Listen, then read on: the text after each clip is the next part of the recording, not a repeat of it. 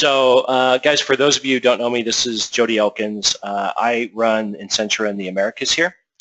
And from the Insentra team, we have Gary Cohen on the line. Gary is our Enhanced Services and Support Practice Manager, as well as our Application Delivery and Mobility Practice Manager. So PIA is sort of his brainchild, and he runs the team that's responsible for the Predictive Insights and Analytics service that you're going to see today. On his team, we have Jeremy Wittert, Jeremy's actually going to be running the demo and answering lots of questions. Gary will jump in as appropriate. And then we also have John Gallagher. He is from our UK business, and he's participating. He might add some value, but really I wanted him to just kind of to be on the demo and just full transparency. We're still internally, we got multiple people that are beginning to run demos as the service really starts taking off, and so I'm just using this as an opportunity to make sure everybody gets on the same page. So he's just sort of a viewer, but John, certainly if you see some way to add value, don't hesitate, don't be shy. So just so everyone's on the same page, want to accomplish a couple of things here today, I think. One is give TC insight into the service itself and the demo that we have scheduled. We have a number of demos scheduled for this week with some of their clients. And so certainly wanted to make sure everyone at TCC had an opportunity to see what we were going to be demoing. And so to that note, everyone at TCC, please feel free to certainly ask questions. Want to make this as interactive as possible.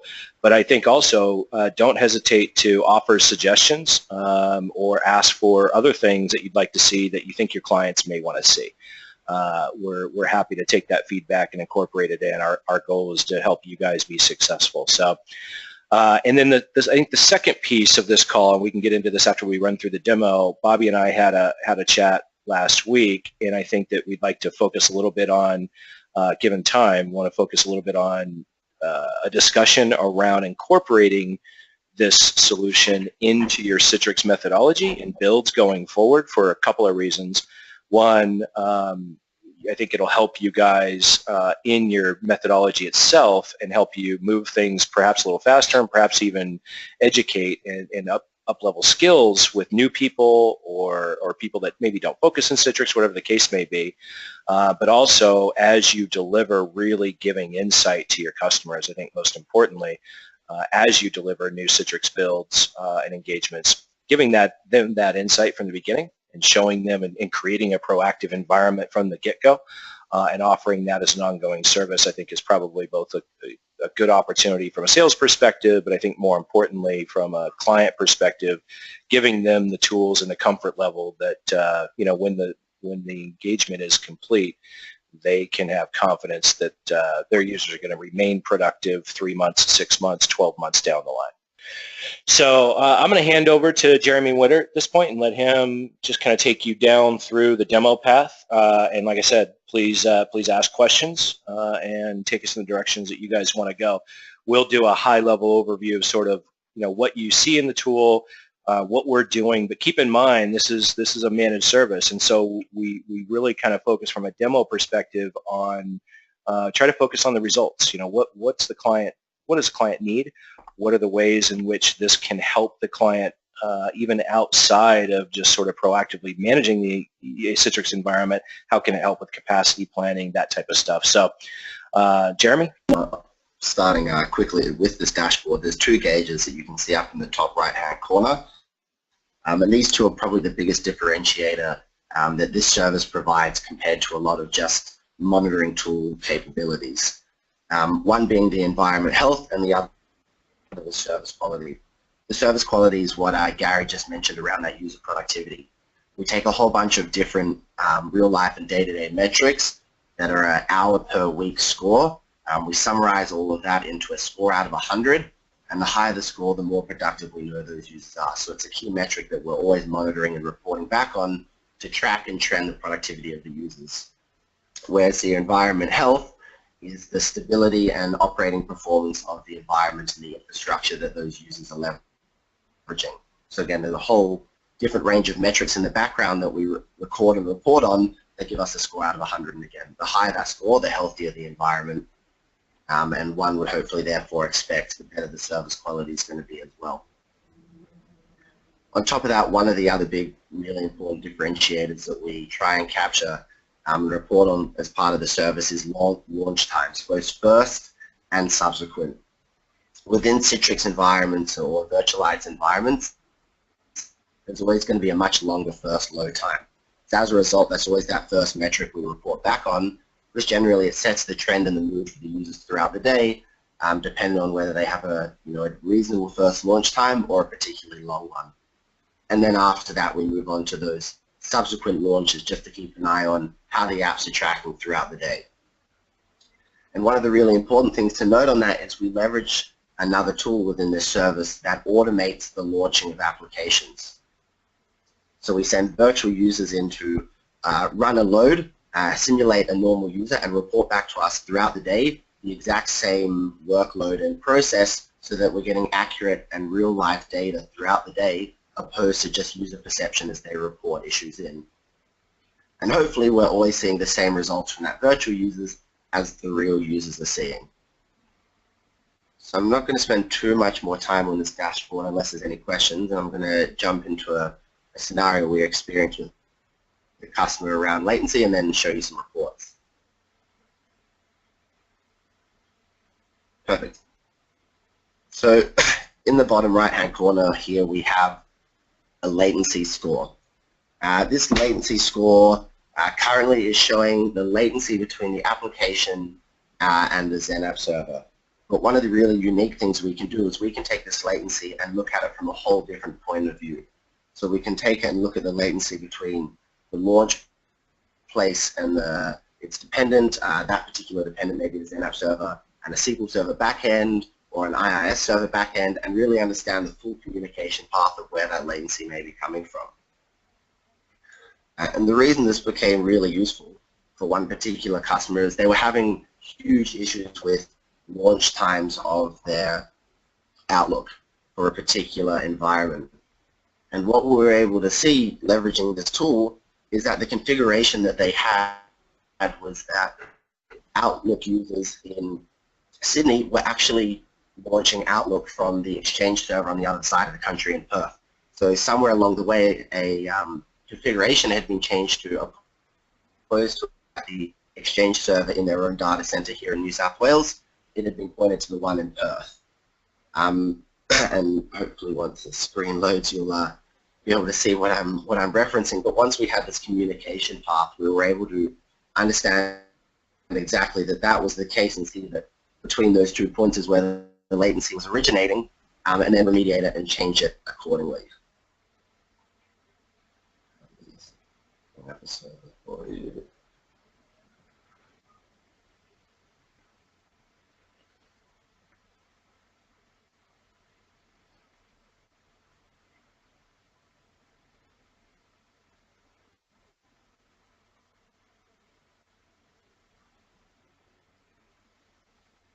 And guys, while that's loading, I'll just few more applications. Can you guys?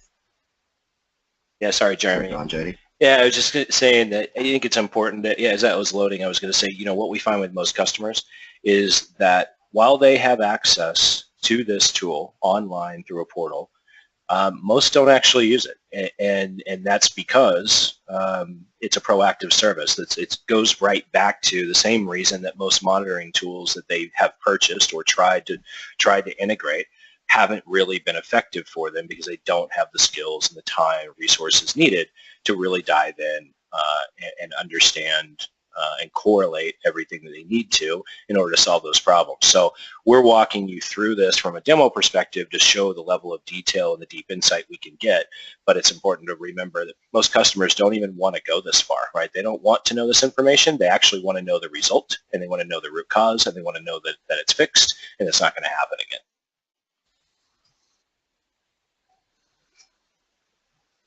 Absolutely.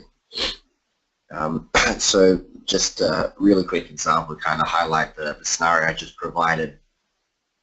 We're able to see that there's each of the different communication paths that latency can be experienced over, and we're able to see that for the Outlook application, not that this one's Outlook, we're able to see that there was no latency being experienced throughout the standard communication path, but actually from the XenApp server back to its Exchange server dependent. And without the ability for us to be able to see this full breakdown, again, you're just taking random shots in the dark as to where that issue may reside. Any questions around that?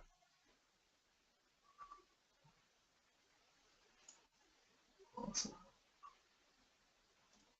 So I just want to take you into an example. This was kind of the result we saw before and after, actually, for this particular customer that we were seeing due to this Outlook issue, and a few other different issues we were seeing across the board. The top graph and launch times are showing the sort of results that we were seeing prior to putting in a whole bunch of recommendations that we had found as part of this service. So we were seeing some fairly high launch times and an average health score that's not quite where one would want it. You generally want to try and keep that health score above the 85. Once we had made these remediations from everything we had found, we were able to see like a tangible increase in both the health score as well as decreases in those launch times. So we're able to see that users were able to become more productive. They were getting more time back in the day as they're waiting less for application to launch, and we're able to see the overall stability of the environment had certainly increased as a result of all the different things we had found. And we were then able to not only maintain it at that new level, but slowly continue to increase it as well. So moving on from there, one thing Jody mentioned that was... Can I just jump in there? What's really important, which customers are really seeing a lot of value in, how many times us as techies, and I can say that because I've been there as well, still there, do we fix something, we move on, but for some reason in a month's time or 3 months' time it pops up again. And we all scratch our heads saying we thought we fixed it, but it's still the same scenario, pops up again.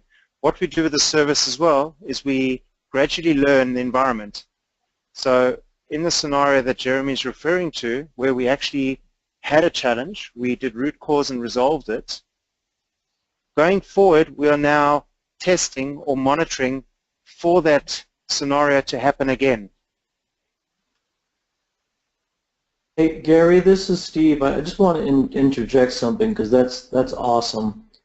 Of course, like along with Jody was asking, I think it would be cool to say to the customer, you know, and thin client can only fix it if they know about it. And when you tell them, they do an awesome job. But this is going to be addressing that even when, you know, you don't tell thin client. Because your point about you come back months later and you have the same problem often is because they just don't tell us, you know. And so we're finding out the hard way. Exactly. And then we're all running around being reactive. And in most cases, as you all agree, it is really difficult sometimes to I've just gone blank, what's the word I'm looking for? As a human being to actually reproduce the issue that the customer is having. So this really assists in automating that. We get a call that there is a problem, and by the time we get in to fix it, even if it's quickly, the problem could fix itself. We never are able to reproduce it until it maybe comes up again, and this would help us be proactive. Exactly. Good. All right, Jeremy. Thanks. Well, on the topic of trying to be more proactive and plan for the future and prevent future issues, we move on to sort of a high-level report around some storage and capacity planning. So the first one you can see at the top is around some basic resource metrics. And the idea is that we generate this graph every week to track the average consumption of those resources across the week so that we can understand if a particular resource is starting to look like it's going to be an issue in a given server or given piece of the environment. So here we have a cross-section of a desktop, a hypervisor, AD, and some XenApp servers, just so we have an idea of what sort of consumptions we're seeing to prepare ourselves you know, for future state. As well as, on top of that, disk space here as well. And again, what we're seeing is the current available percentage of disk space. So over the past week or two, we can see how much disk is being consumed and start planning for future as we start seeing that disk space slowly drop, as well as being able to see it in conjunction with these resource usage. So we can really start planning appropriately for any size changes or capacity changes we may need to make to the environment in the future. And again, we have an example of some AD, some file shares, some XenApp servers, and some desktops here as well.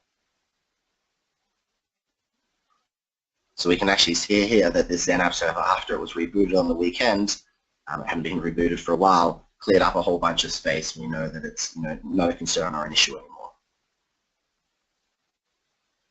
Any questions around that? Perfect. So the last one here I'm going to jump into is this server patch status.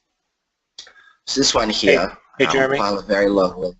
Yep. Hey Jeremy, I'm sorry. This is Jody. I just want to jump in on that last graph, guys. So that's really where, and I think it was it DEQ, Bobby, or Makisa that was specifically sort of talking about capacity planning, right?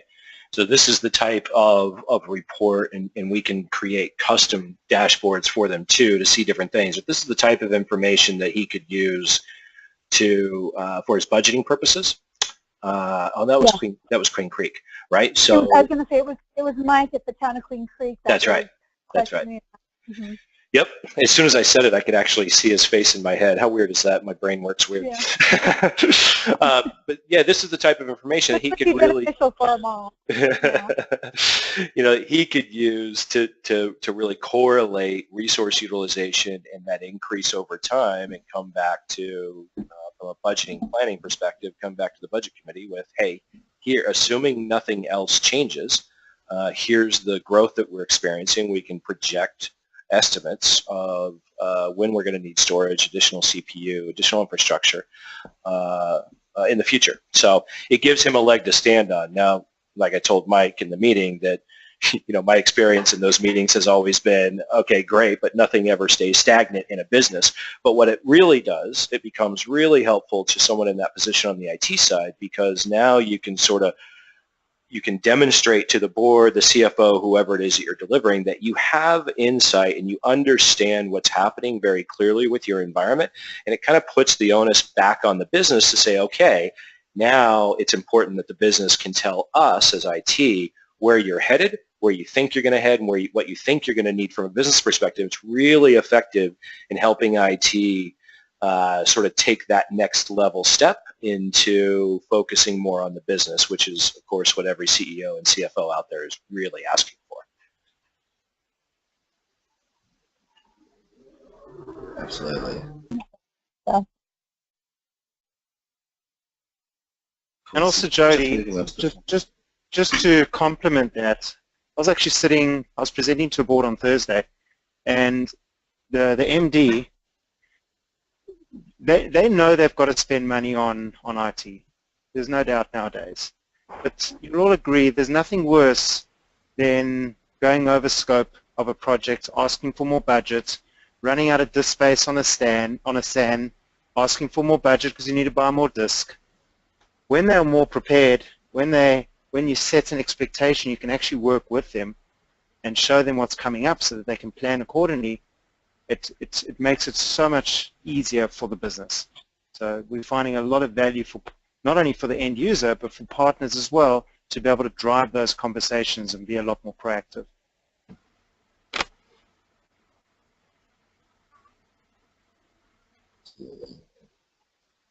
Perfect. Thanks, Russ. So just moving on to the final one.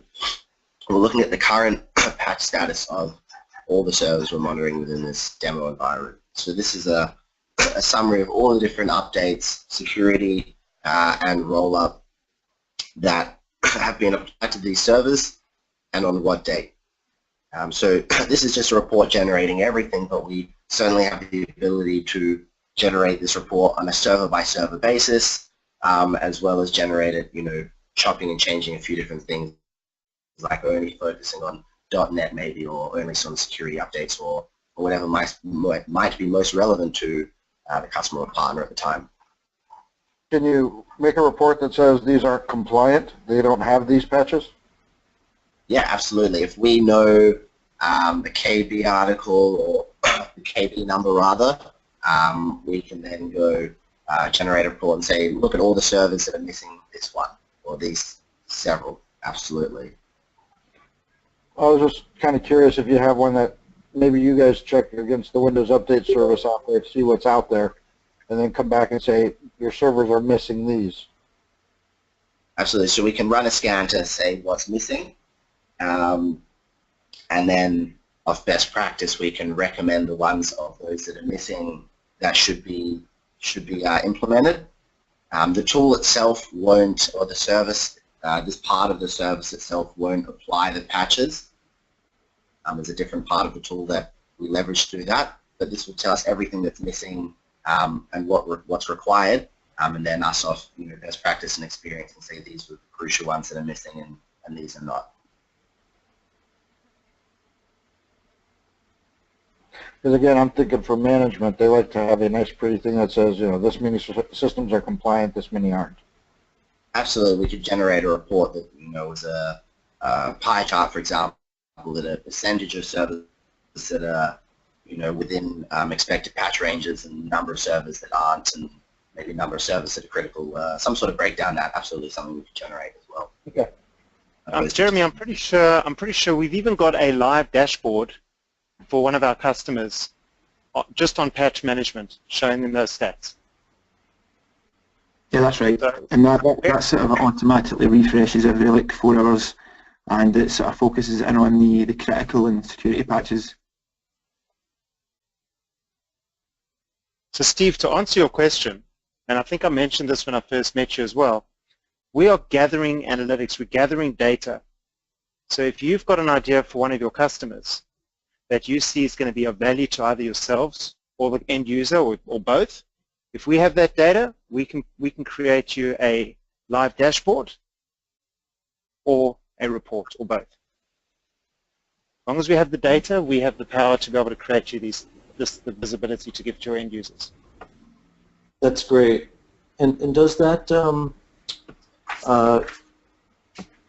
can that be done in a pre-sales mode, or does it require an active service contract? So are you asking, can we, as part of the the methodology or the trial or the proof of concept, once we're gathering data, so if we're doing a Citrix health assessment for a customer, if you are doing that for them, and you want to create them some dashboards, can we do that, or do they need to get locked in? We can certainly do it. Okay, because I think that's going to be, especially for existing customers that we have such good relationships with, I think that's a great angle, sort of a no-risk type of approach. I don't think anybody would look at it and not buy it, but, I just wanted to confirm we can do it that way. Yep. So Jody will agree with me. We want to get the service in everywhere. Yep. Right? Show the value, then have the sales conversation with them, and make it really difficult for them to actually say, we don't want this, let's pull it out. That's perfect. Yeah, and dashboards. The first hit of crack is free. Yeah, exactly. Exactly. Yeah, I think it is much harder, guys. Obviously, when we take, we show demos and stuff like that. When the actual solution's in place and we do a proof of concept or a trial, when the actual end client gets that insight and that visibility, and they've got the nice dashboards, and they can actually put tangible numbers on, how things are failing or improving. It's then much harder to say, okay, take that out after actually having a good shot of it. Yep. Absolutely.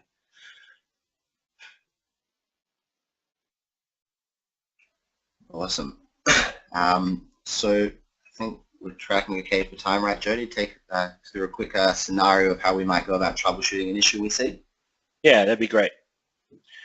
So let's ask the team at TCC though. So what Jeremy's talking about, going to take you through, is basically an example of what we would do on the back end, right, to troubleshoot an issue. So someone has called and said Citrix is slow. So that's what we're planning on walking you through and showing you how we do that. Again, that's all. It's done as a service, so it'll give you some insight into the tool itself if you want to go down that path, or if there's something else you would rather spend time on and focusing on, we can totally do that. So what do you guys think?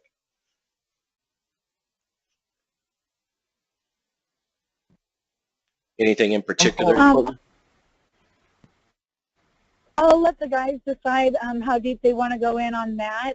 I do want to be clear, if we have a little bit of time, even if it's a quick, kind of what the customer is going to see as the demo, or if we're just going to show them dashboards, because I want to make sure, you know, we know what's going to happen in front of them as well.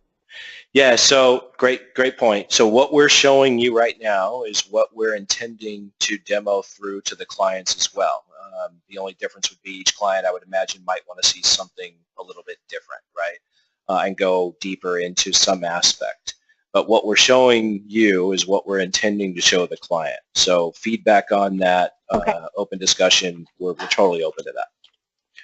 And just so you guys know where my head is at as we demo this stuff, what I really started trying to drive from a demo perspective is, hey, look, at the end of the day, clients don't really want to know the ins and outs of the tool. What they want to know is, what are they going to be able to see? What's going to be the result? And so where we have done demos in the past that are very technically focused and very focused on the tool and all the parameters, all the aspects, and all the details the tool can provide, from a client perspective, we can do that, and some partners definitely like to go down that path. But from a client perspective, it sort of defeats the purpose of buying a service, in my opinion. Now, I'm totally open to being wrong on that opinion, by the way, but that was my take, you know. You know what I'm saying? With you 100% on that. I do want to make sure we don't get too technical on the client side, that they don't have to worry about that, and that's, like you said, that's a service we're providing, and focus more on the results that they're going to see, the dashboards they're going to see, and reports that we can present to them by having this service, knowing everything's going to be, you know, as proactively done as possible, or we're going to be notifying them of next steps and when those next steps can take place, whether we do it in client as a service or if it's something they can take care of themselves. Right. So to that point, would it be helpful if we kind of walk you through what a monthly a sample monthly report? I would love to see that. Yes. Okay, cool. Jeremy, can you do that, or I've got it up if you want to give it to me. It's up to you. Hey guys, this is real quick. That sounds perfect. I just got a message. I'm going to have to run. I got to pick up the kids. My wife got stuck downtown Phoenix. Okay. So this is very close by. If you go a little long, I'll jump back on. But everything I've seen so far looks fantastic. So just keep going. We're going to do this. It looks great. All right, cool. Thanks, Steve. Thank you. Thanks, Steve. Thank you, Steve.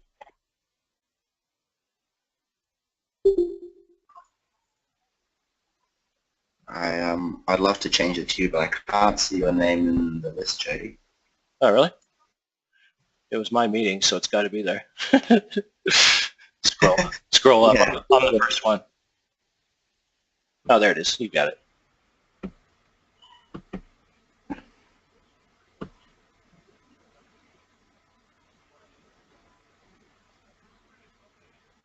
So this is an example one here of what you might get. Do you want to talk through it, Jody, or do you want me to walk through it? Yeah, I can jump in, you guys, wherever, but go to the table of contents. Let's take a look at the contents first, Jeremy. So, guys, this is a sample deliverable of a monthly report that a client would get, that every one of our clients gets, that comes through you guys, right? So you get this first. You determine whether you want our assistance in kind of walking through with the client. My guess is you guys typically wouldn't need that, but we're always there to do that with you if you want. And it's just kind of, some of it is the typical sort of monitoring historical perspective. Here's what happened in the last 30 days. Here's some insight. But I think personally for me, the most advantageous or the most value added part of this is really section 2. And that's the top 5 health issues. And by the way, that if there's more than 5, this is an example from our lowest level, lowest tier of service, which is 5 issues that we report on a monthly basis. But what we're really pitching to all of your clients, guys, that Bobby and I talked about, is the proactive service, which is the top tier. It's up to 15 issues, and so this would be, you know, anywhere between 1 and 15 of issues that we've identified in the environment. And I personally think it's the most value-added piece of the report because it really gives insight into here's what we saw, here's what's happening, and most importantly, here's what needs to be done to either fix it, improve it, or keep it from happening again. Gary, Jeremy, anything you want to add to that? No, I'm good. All right, cool. So now let's just kind of run through slowly so we can take a look. There's an executive summary. Obviously, it's just kind of, you guys can read. I won't read it to you. It just provides a high-level overview. Here's the summary of findings. Is your environment in great shape? Is it in okay shape? Or are you screwed? Basically, right? And it gives you a little bit of detail there, telling you how it's, what the assessment is, what we're seeing, and then kind of go down to, once you hit section 2 there, Jeremy, this is where I think most partners should spend the most time with their clients. For those guys that don't know me, I used to be a CIO. I would happily spend an entire meeting with a partner if they had this type of information. I don't care about anything else as a CIO. I really want to know, where am I at today and how do I get better? So you can see here, health summary, top 5 impacting factors are displayed. And it's identifying not only in graphical format but in verbiage that latency is the biggest issue. It's obvious from the pie chart, but we're also indicating that verbally. And then it goes into a prioritized list of issues. So one is latency, average latency being experienced over the WAN or using remote access. The background, the assessment latency is defined as round trip time, so it gives a little more information. And it says recommendation. So the way to fix that is to create Citrix policies to control video and audio, better experience. So it's that type of stuff. So the recommendations, you can go on to the next one too, but the recommendations really all represent for you guys service opportunities and product opportunities. On that last one with the latency, are you able to correlate that the graphics, that the video and audio settings were the issue and that's what created the additional latency, and that if they did absolutely. Once we changed it, there was a few other settings. There was some bandwidth settings as well. Once we changed those, we saw a huge improvement. Actually, John was the one who found the initial issue and resolved it, and we saw definitely some improved performance in the Citrix environment. But I mean, is it because of the virtual channel settings, or is it because maybe the pipe is just too small? Well, I mean, when you make a recommendation, try to pipe to let data through, or to get a bigger pipe? John, do you want to answer, as you're the one who changed these settings, or do you want me to just go over it quickly? Yeah, okay. I mean, in this particular issue, I saw latency was the biggest contributing factor to poor performance, and we drilled into that to find out exactly, what applications were actually causing the latency, as well as if the connections were coming from, local or over the WAN. And we found that all the users that were having issues were the users based in the UK and the US. So we sort of quickly could narrow down it was to do with just the actual distance between the user and the data center. So we're able to use upgrade and use the frame hop technology to really sort of better that, and that was a good example of how we actually got on top of it. Okay. But I suppose to answer your question, yeah, we can look at its latency, but it's not a case of it's one number. We can actually look down further into it to find out exactly what components and what applications were contributing to that latency. Okay. Because it could be the application causing that latency, not necessarily the network. This question pretty much is, did you guys manually dive in, find it out, or was it automatically generated telling us that it was the video and audio? Oh no, it was, we actually manually dove in that particular incident. Yeah, so it was.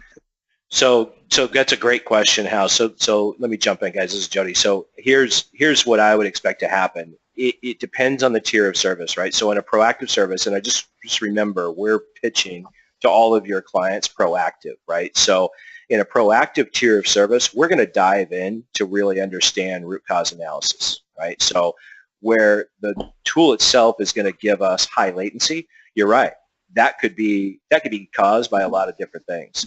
So we're going to dive into that. We're going to dive into that automatically using a virtual engineer, and we're going to dive into that manually if necessary to really start understanding, is this a bandwidth issue?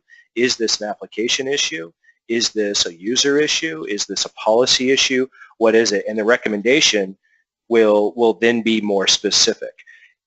Contrast that with the lowest tier of service, which literally is a report like this, right? We've got the tool in place and we're delivering on a monthly basis this tool with this historical perspective. Well, on the lowest tier of service, the recommendation is going to be a little more high level, right? It's going to say basically what I just said in a lot more technical terms, right? Hey, we're seeing latency as the biggest issue. It could be caused by a number of these things. And that's where you and your team or the client's team, whatever you guys all determine, would then, dive in to really start understanding the specifics of that latency. Does that make sense? Yep. Yeah, I just wanted to make sure. I was translating for Joe because I know what he was asking and it just didn't come out quite right. Okay, cool. Joe, does that answer your question? Yeah, that does. Sorry. All right, cool. I suppose as well, guys, going back to Jeremy's point about the incident where Outlook was, underperforming, when we actually dived into the tool and we could identify that there was quite a massive latency between Outlook and the Exchange database, we quickly confirmed with the Exchange admin, and he checked and he confirmed there was in fact a mailbox database failover. Now, once that was identified, we then could understand that the latency between Outlook and Exchange database should be no more than, say, 100 milliseconds. So we could actually then put in some custom alerting and reporting to say, okay, whenever the latency exceeds, say, 500 milliseconds, start ringing some bells and letting us know something's wrong. So I suppose as the service matures, we can actually put in, further smarts. Yeah, it's a great point, Sean. It's a great point. I'll just put a finer point on that. That's a massive value add for our service, is that it's learning. We're learning manually, and the tool itself is learning with the virtual engineers. So we can implement change, identify problems, fix problems, and then we can actually make sure that the problem, in the best case, that the problem never occurs again. But in the worst case, we can actually make sure that we're notified that that problem, if it's unfixable, because there's a lot of things that could be unfixable, like an application issue that the vendor won't cooperate on, right? If we understand that problem, know how to fix it, we can actually identify it before it becomes a problem and make sure we're doing those tweaks that sometimes become manual so that it never impacts the user. The whole goal is to maintain a consistent and reliable user experience. That's what we will always come back to is, okay, great, red, green, yellow on all the infrastructure components, all the technology, that's great. We've got to monitor that stuff. We have to understand those things in order to focus on the user experience. But at the end of the day, clients and users in particular, they really don't care about any of those things. What they want to know is that it's dial tone. So they want to be able to access their applications the same way when they pick up their landline at home, and there's always that dial tone sitting there. And that's the goal that the service has.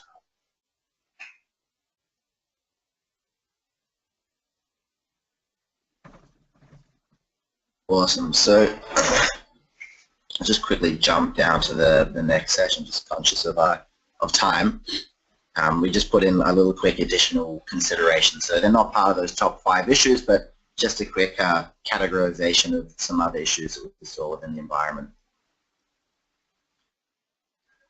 After that, we move on to productivity, and this is something I mentioned back when I was going through that dashboard. This is that service quality that we were speaking about.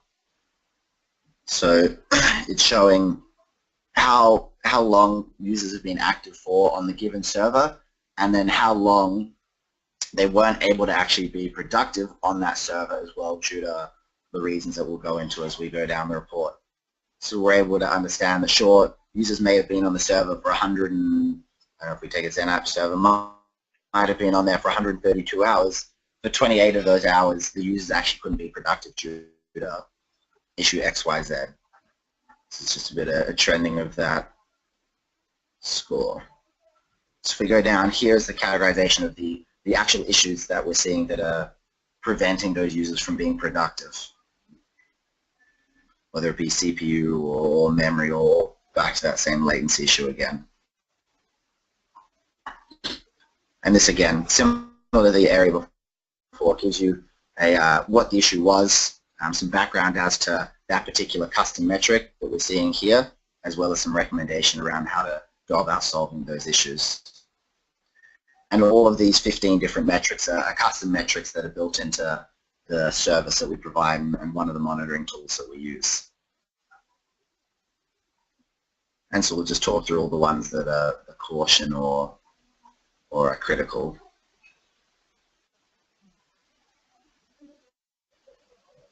Any questions on that one?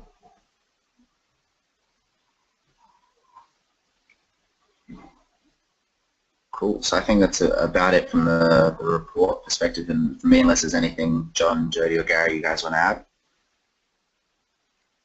Now I have a question. If Gary and John don't want to add anything, I've got a question I would like to ask TCC. All right, so guys, let me ask this, and please be totally honest and transparent. Do you think, well, two things. One, it sounds like the tool, we know the tool is valuable, and sounds like, you know, Steve's perspective certainly was that, yeah, this will be valuable to your customers. But the question, so I have no doubt that it will be valuable. I guess the question is more sales related. Do you guys think that the way that we demoed this to you today, do you think that will resonate with your clients? My honest opinion is yes and no. The dashboard and the overviews will, but some of the stuff where you dive in, like you said, they don't give a damn. Yep. Okay. All right. So I guess that's exactly why I was asking you earlier too, what we were going to be showing the client, because I agree that we don't need to dive in or let them worry about how you guys are finding out what those reports are. Yep. I think if we focus on the report that they're going to see and why, as well as the dashboard, or, you know, if you've got even a couple of different ones that you could view, like what a typical, say, CFO or CIO would see versus what the IT department could potentially see. Yep. Even if it's the screenshot of it, that's fine, but I think that would be very valuable as well. I mean, just to give an example, I am a technical guy. I want to know all the things that are on these systems, but the list of showing all the patches, that's worthless. Gotcha. Show me what's not on there. Don't show me what's on there. I mean, gotcha. Yeah, okay. All right. So a dashboard. So for instance, a patch dashboard, like Gary was talking about, that we've done for one of our clients, that showing the current patch status of non-compliant machines. Right? Is that what you're saying, Hal? Yep. Yep. Okay. Awesome. All right. Awesome. Anything else along those lines? I like Bobby's suggestion. Stick to the report, stick to the dashboard. That right there is going to be more than enough to get customers on board. Okay, cool. Yeah, showing the value of what they're going to see and how we can be proactive with them, or identifying issues, especially the reporting on, you know, how we're, you know, able to see into the end user experience. And then I like your reporting too, Jody, like you said, with the top 5 problem areas. Yep. Okay. Because mind you, and why I want to keep it like very, very non-technical is because when we meet with Mike, we are meeting with the head that probably may not be super technical, right? Yeah. They just want to know that end result. So think of it from what you'd want to see when you were CIO. Yep, exactly. Exactly, and I think that's our target audience. And with Gary, DEQ. Yep. Okay, cool. My thought is, yeah, I could do all this stuff technically, and even if we were to meet with the technical people, if you start trying to show them all that, it's going to be overload. They need to, if they want to get into it, we can walk them through different sections that they're asking at that time. Yep. But during the sales part, no, it's just too much. Yep, agreed. Okay. Yeah, keep the demo that, and then I say if they want to get into any of the technical stuff, that's when we do a deep dive with their tech people as we start showing them the reports. So if they need a different dashboard, if they need something else monitored that we don't provide, or something that takes them to the next level from what we're offering them today, you know, something else they need data on, that may cost them more or add users or whatever, then we kind of gradually show them that. But upfront customer demo is like, this is why this is going to provide you, this is the information you're going to get off of it, and this is what it's going to look like. Yep. All right, awesome. Really helpful, guys. Appreciate that. All right, so we are close. Man, an hour goes fast, doesn't it? I think it's important, Bobby. You want to spend a few minutes. You want to have Gary, and I'm guessing it's Gary and Hal and Joe. I don't know that for sure. That need to talk about how we incorporate PIA into your builds. Is that the right? Mm-hmm. Okay, you guys, Gary, do you have time? I know it's almost what, 9 o'clock your time. Do you have time? Yeah, I do have a 9 o'clock, but let's go through it. Okay. I'll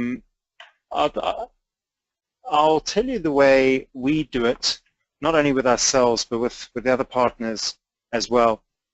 We internally have what's called our Citrix methodology, and this comes from hardcore experience of consultants, designing and building Citrix environments within their own silos, and really not doing it as part of a methodology or a team for a whole lot of different reasons. One of the examples is in a past life, I know that a consultant designed and built a Citrix environment using merchandising server to manage the receiver. 6 months later, that client asked that integrator to go in and do a health check, and another consultant went in, and on the health check it said, why are you using merchandising server? Why aren't you just using AD as an example? And obviously then the customer's scratching their head saying, but hang on, you guys designed and built this thing for us. Another example is fine-tuning of Citrix environments, or even in the designing of an environment, ensuring that a methodology in the way it's designed and finely tuned is all, it's all done from one page. Same visibility across the board. So even upgrades, if the latest version of Storefront comes out, do we install it the next day? Or do we wait until the whole team is ready and that the industry are now happy that there's been a couple of hot fixes to stabilize it? So we run an internal methodology where there's a whole group between managed services, because obviously a core of what we do globally for managed services is Citrix support, but our Citrix consulting as well as our managed services all work together to make effective decisions on how we design, do health assessments, build, and troubleshoot Citrix environments. We actually do this as part of our Microsoft practice as well. Where PIA comes in, so we've always run a methodology, but PIA has helped us now take that to the next level. It's helping us get eyes under the bonnet in that when every health assessment that we do, a health check, we include the PIA service. So, we all do health checks looking at the architecture, the performance, we go through the event logs, but there's nothing more powerful than scanning a live environment and getting true data out of that and complementing the reports with that data that we find. So what we've done is to go off of before we implement. Sorry, say that again? I said I like that, and then having a baseline to go off of before we implement. Exactly. And the goal of the health assessment, is obviously, yes, to get the service in there. We obviously allow for a 3-month period to let that health assessment run. You don't wait 3 months to give them the report. It normally takes a couple of weeks to scan. But then we let even once that project's been signed off, that health assessment's been signed off, you let PIA continue running in the environment. You show them the value. So we touch base with that customer every couple of weeks to make sure the reporting and the dashboards are still showing them value. And then we start having conversations from your perspective. It would be really good if you could lock in the service for the future or even a managed service. But think about the data you're now gathering from that customer, not just about the Citrix health, but from an analytical perspective around capacity, license management, that you can now start talking to that customer about. The same thing is with our Citrix builds. So every Citrix build that we now do, we incorporate the peer service. And there's a number of reasons which I already brought up earlier.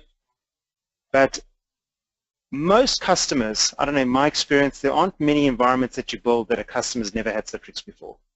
They normally got quite a lot of experience in their business around Citrix, and it's an upgrade. So there is an existing environment. And once again, we want to create a baseline of the existing environment. So with our build, in parallel to doing the design, we deploy peer in their existing environment. We let it scan for a couple of weeks. And then while we're designing, we use that information to give us effective data so that we can design around capacity management, around what apps, because we can obviously get visibility. You know, a customer says, yeah, we've got 50 apps. Are they actually using those 50 apps? Or maybe a couple of those apps, only 2 people are using them, and why are they actually on Citrix? So you get information like that as well. But you're able to now use the service to create a baseline of the existing environment. It will then give you effective information to go and design that environment for the future. And then even through the build phase, once you now deploy peer into the new environment, you can now gather data to ensure that the users that are going to be on the new environment, you are getting good productivity gains from them. And then right at the end, even before you send users into UAT, you're able to confirm that the experience is going to be at least the same or better than what they have in the existing environment. At the end of the day, most customers that sign off projects need to go and, for example, show the board that it's been a good investment. And this now allows you to give that reporting showing them the productivity of the last environment versus the new environment, and that your users will be more productive. What is the cost of that methodology? We don't charge for it because it's part of our methodology. So we don't say it's a pilot. We don't say that it's a trial. We don't say it's free of charge. It's part of your methodology. Because I'm sure, Bobby, I'm sure you and Hal and the rest of your team would say to your customers that, yes, we know from our experience we can design and build you an unbelievable environment. But to complement that, we use the peer service to give us, to hold us firm that the end user experience and the effectiveness of this environment is going to be true around health. And that's why I use peer. And then what you do is, once you've gone into production with this environment, as with the health assessment, let peer run for the first 3 months of going into production. And once again, we will touch base with the customer, or you will touch base with the customer, and you will it's a sales thing. And by the time that 3 month comes up, and you're now showing them value with dashboards and visibility, you can now, the goal is for it to continue. So what I see happening then, Bobby, correct me if this doesn't sound right to you, is we get the PO, we implement this to start doing the scanning for us, and then we start the design phase. So as part of the design phase, we're collecting all the information. So that way when we're getting close to finalizing the design, we have all the information already there for us. Yep. Correct. What do you guys think of that? Nice. I think it sucks. That's why I just said it. I love it.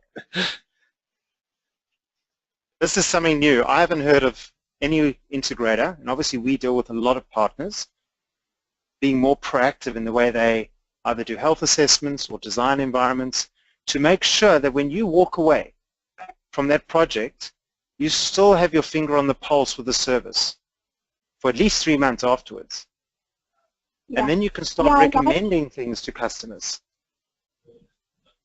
I agree with everything you're saying too, Gary, and even taking it up to the next level of we definitely intend to do that and create the baseline and integrate it as our methodology for deployment and prior to our design phase, as well as I think I can do that and potentially sell a full 12-month contract prior to even them seeing it and then it just continuing on. I would even like to do the full 12 months up front with that.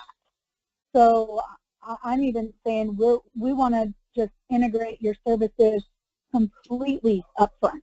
Yep, perfect. But if beautiful. they don't have budget to do something like that, or whatever the case is, we're doing it anyway, and then it's like, oh, we just took away the cream of the crop, and they're going to want it back, type of thing. But I'm hoping we do that as well as just sign on. If they get 200 licenses or 500 licenses, we just integrate that cost so they can just have it for a full 12 months and then just keep it as a service renewal every year. So I definitely like that. And I do want to ask you, and Jody and I briefly talked about it, and that's why I added Roy on as well.